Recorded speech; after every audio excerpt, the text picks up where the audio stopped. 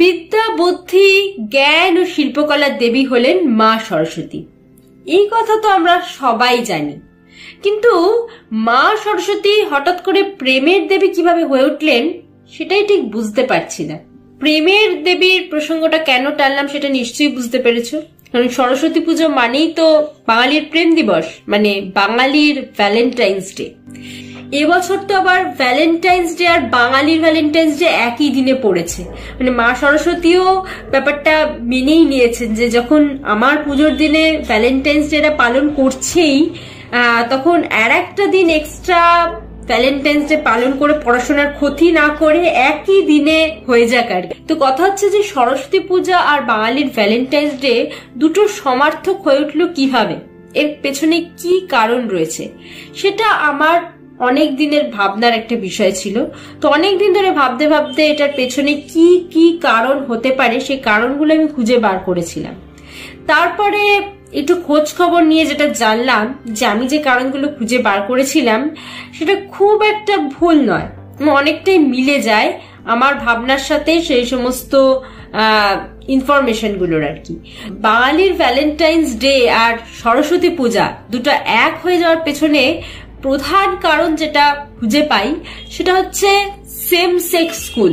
হ্যাঁ, same sex school মানে হচ্ছে শুধুমাত্র গার্লস স্কুল বা শুধুমাত্র বয়েজ স্কুল। পশ্চিমবঙ্গে এই ধরনের স্কুলের পপুলারিটি কিন্তু খুব বেশি, এবং বাঙালি বাবা মায়েরা কিন্তু এই ধরনের স্কুলে ছেলে মেয়েদের পাঠাতে বেশি পছন্দ করেন। তাদের মুখে প্রায়ই শোনা যায় যে কোয়েড স্কুলে পাঠালে বাচ্চারা খুব তাড়াতাড়ি পেকে যাবে। হ্যাঁ, তো সেই কারণে তারা শুধুমাত্র বয়েজ স্কুল বা শুধুমাত্র গার্লস স্কুলে তাদের ছেলে মেয়েদের পাঠায়। হ্যাঁ, তো তার কারণে যেটা হয় যে একটা অদৃশ্য একটা বাঁধন বা অদৃশ্য একটা গণ্ডির মধ্যে কিন্তু আমরা আমাদের বাড়ির ছেলে মেয়েদের আটকে দিই। ব্যাপারটা হচ্ছে যে ছেলে এবং মেয়ের মধ্যে যে স্বাভাবিক আকর্ষণ, যে স্বাভাবিক একটা বন্ধুত্ব সম্পর্ক হতে পারে, সেইটা কোথাও না কোথাও ব্রেক হয়ে যায়। শুধুমাত্র বয়েজ স্কুল বা শুধুমাত্র গার্লস স্কুলে যারা পড়ছে তাদেরও কিন্তু কোথাও না কোথাও ভেতরে ভেতরে আকর্ষণ তৈরি হয়। সে কোয়েডে পড়লেও তৈরি হতো, এখানেও তৈরি হচ্ছে। কিন্তু এক্ষেত্রে যেটা হয় যে তারা ছোটবেলা থেকে অপোজিট জেন্ডারের সান্নিধ্যটা পায় না, বলে তারা বুঝতে পারে না যে অপোজিট জেন্ডার কেমন হতে পারে। তো দূর থেকে তাদের একটা ভাবনা বা কিছু তৈরি হয়, এবং দূর থেকে যখন ওই হাতছানিটা আসে তখন কিন্তু সেটা অনেক সময় প্রেমের রূপ নিয়ে নেয়, যেটা হয়তো আদৌ প্রেম নয় কিন্তু সেটা প্রেমের মতো মনে হয়। তো এইরকম একটা হাতছানি, আকর্ষণ, এই ব্যাপারগুলো কাজ করে, কিন্তু তারা অবাধে সেখানে মিশতে পারে না, তাদের দেখা সাক্ষাৎ হয় না। তো সারা বছর তারা ওই গণ্ডির মধ্যেই আটকে থাকে। কোয়েড স্কুল হলে যেটা হয় যে তারা অবাধে ছোটবেলা থেকেই মিশছে, তারা বন্ধুর মতোই মেশে। কিন্তু যখনই এরকম সেম সেক্স স্কুল হয় সেক্ষেত্রে তারা ওই বন্ধুত্বটা পায়। সরস্বতী পুজোর সময় যেটা হয়, যেটা বাংলা মিডিয়ামের ছাত্রছাত্রীরা খুব বেশি মেলাতে পারবে, সেটা হচ্ছে যে সরস্বতী পুজোর ঠিক 1 কি 2 মাস আগে থেকে একটা তোড়জোড় শুরু হয়ে যায় যে স্কুল কিভাবে সাজানো হবে, কি থিমে সাজানো হবে, সেরকম নানান রকম বিষয় নিয়ে আলাপ আলোচনা হয়। এবং প্রথম যে একটা সুযোগ পাওয়া যায় যে অন্যান্য স্কুলের সাথে একটা যোগাযোগ স্থাপন করা, সেটা হচ্ছে যে স্কুলে নিমন্ত্রণ করতে যাওয়া। সেটা হয়তো সবাই যায় না, কিন্তু কেউ কেউ নিমন্ত্রণ করতে যায়, এবং সেখানে ছেলেদের স্কুলের ছেলেরা মেয়েদের স্কুলে, মেয়েদের স্কুলের মেয়েরা ছেলেদের স্কুলে নিমন্ত্রণ করতে আসছে। সেই সুযোগে একটা সৌজন্যমূলক সাক্ষাৎকার হওয়ার একটা চান্স তৈরি হয়। সবসময় হয় না, কারণ সেটা ডিরেক্ট ছাত্রছাত্রীদের সাথে যোগাযোগ হয় না, টিচাররা থাকে মাঝখানে। কিন্তু সরস্বতী পুজোর দিন কিন্তু ওরকম কোনো গণ্ডি থাকে না। সেই দিন কিন্তু খুব সহজেই ছেলেমেয়েরা মিক্স হয়, এবং এই দিনটা হচ্ছে ছাত্রছাত্রীদের কাছে একটা মুক্তির দিন। হ্যাঁ, যেদিনে পড়াশোনার কোনো প্রেশার তো থাকেই না, বিদ্যার দেবীর পুজো হলেও। আর একটা ব্যাপার যেটা হয় যে নিজেদের বন্ধুদের সাথে অবাধে তারা স্কুলে কলেজে ঘুরে বেড়ায়, আশেপাশে স্কুল কলেজ সব জায়গায় সরস্বতী ঠাকুর দেখে বেড়ায়।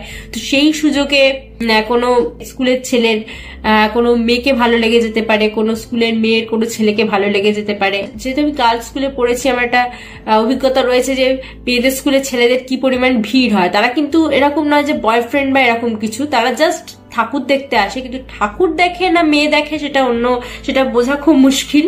তো সেই নিয়ে একটা জল্পনা কল্পনা চলতেই থাকে।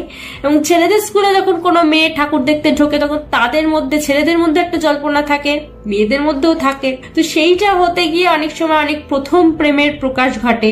হ্যাঁ, যেটা হয়তো কখনো ভাবা যায়নি যে দেখা হবে, হয়ে গেল। দূর থেকে হয়তো পাশের স্কুলের মেয়েটাকে অনেকদিন ধরে দেখছিল কোনো একটা ছেলে, বা কোনো একটা মেয়ে আশেপাশের কোনো একটা স্কুলের ছেলেকে প্রায়ই দেখতো, কিন্তু কথা হয়নি কখনো। কিন্তু এই সুযোগে স্কুলে কলেজে সরস্বতী ঠাকুর দেখতে গিয়ে হয়তো দেখা হয়ে গেল, হয়তো কথা হয়ে গেল। স্কুলের ছাত্রছাত্রীদের এটা একটা মানে সুবর্ণ সুযোগ বলা যায়। তারপর আবার একটা ট্র্যাডিশনাল পোশাক পরে ঘোরা, যে বাসন্তী রঙের শাড়ি আর বাসন্তী রঙের পাঞ্জাবি, সেটাকে বলে হ্যাঁ টুইনিং করে পড়া আর কি, একদম কাপল গোল ফুলফিল হয়ে যায়। তো ওইভাবেই কিন্তু খুব অর্গানিক্যালি সরস্বতী পূজাটা বাঙালির প্রেমের দিবস হয়ে গেছে। যেটা বিদেশি সংস্করণ ভ্যালেন্টাইন্স ডে, তার পেছনে একটা অন্য ইতিহাস আছে, সেটা অন্য। তো সেটার সাথে বাঙালি যতটা না কানেক্ট করতে পারে, তার থেকে অনেক বেশি এই সরস্বতী পুজোর দিনের মেলামেশাটাকে কানেক্ট করতে পারে। কারণ ওই দিন তো মানে অটোমেটিক প্রেমিক প্রেমিকার দেখা হয়ে যায়। তবে আর একটা কথা বলার, যে অনেকে ভাবে যে কোয়েড স্কুলে ভর্তি করলে বাচ্চারা খুব সহজে পেকে যাবে। তো আমার যেটা মনে হয় যে কোয়েড স্কুলে ভর্তি হলে ছোট থেকে তারা অপোজিট জেন্ডারকে বোঝে, বা অপোজিট জেন্ডার মানেই যে সেটা প্রেম নয়, সেটা বন্ধুত্বও হতে পারে, বা এটা একটা ন্যাচারাল একটা সম্পর্ক হতে পারে। হ্যাঁ, সেটাকে স্পেশাল কোনো জায়গা দেওয়ার দরকার নেই। এই ভাবনাটা কিন্তু কোয়েড স্কুলে যারা পড়ে তাদের থাকে।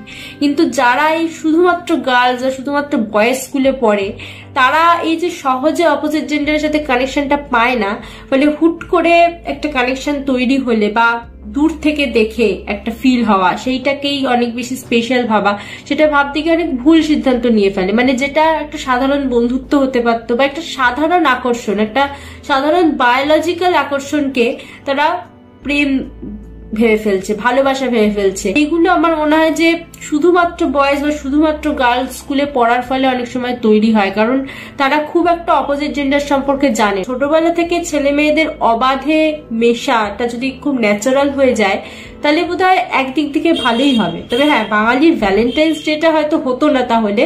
বসন্ত এমনি বাঙালির কাছে প্রেমের ঋতু, আর সরস্বতী পুজোর দিন এরকম বাসন্তী রঙের শাড়ি পাঞ্জাবি পরে যখন ছেলেমেয়েরা বেরোয়, তখন একদিকে বাঙালির ট্র্যাডিশন, অন্যদিকে তরতাজা প্রেমের হাতছানি, দুটো একসাথে মিক্সড হয়ে যায়। সেহেতু এটা অর্গানিক্যালি বাঙালির প্রেমের দিবস হয়ে উঠেছে। কোয়েড স্কুল বা সেম সেক্স স্কুলের কথা যদি বাদও দিই, তাহলেও সরস্বতী পুজোর দিনটা বাঙালির কাছে স্পেশাল হয়ে থাকতোই। যারা বই পড়তে ভালোবাসেন তাদের জন্য একটা সুখবর দিই, যে বই পড়তে ভালোবাসছেন অথচ বই পড়ার সময় পাচ্ছেন না, এরকম মানুষ অনেকেই আছে। তারা কিন্তু বই শুনতে পারেন। কুকু এফএম বলে একটা অ্যাপ রয়েছে, যেখানে কিন্তু প্রচুর অডিও বুক রয়েছে এবং সাথে সাথে পডকাস্টও রয়েছে। তো যারা নতুন নতুন তথ্য জানতে ভালোবাসেন বা গল্প শুনতে ভালোবাসেন, তাদের জন্য কিন্তু কুকু এফএম ভীষণ ভালো একটা অ্যাপ। এবং আমি কুকু এফএমটা এখন শুনি, এবং কুকু এফএম থেকে কিন্তু আমি অনেক নতুন নতুন তথ্যও পেয়েছি এবং অনেক সুন্দর সুন্দর গল্প শুনতে পাচ্ছি। তো আপনারাও যদি এরকম কিছু শুনতে আগ্রহী থাকেন, তাহলে এখনই কুকু এফএম ডাউনলোড করে নিন। আর সাবস্ক্রিপশন যদি করতে চান, তাহলে কিন্তু 50% অফ পেয়ে যাবেন যদি আমার কমেন্ট বক্সে বা ডেসক্রিপশন বক্সে থাকা কোডটা অ্যাপ্লাই করেন, এবং 100% অফে তোমরা আমার চ্যানেলটা সাবস্ক্রাইব করে দিতে পারো। সবার সরস্বতী পুজো ভালো কাটুক। আর হ্যাঁ, বাঙালির ভ্যালেন্টাইন্স ডেটাও কিন্তু ভালো করে উদযাপন করো। হ্যাপি বেঙ্গলিজ ভ্যালেন্টাইন্স ডে আর হ্যাপি ভ্যালেন্টাইন্স ডে একই দিনে যেহেতু পড়েছে।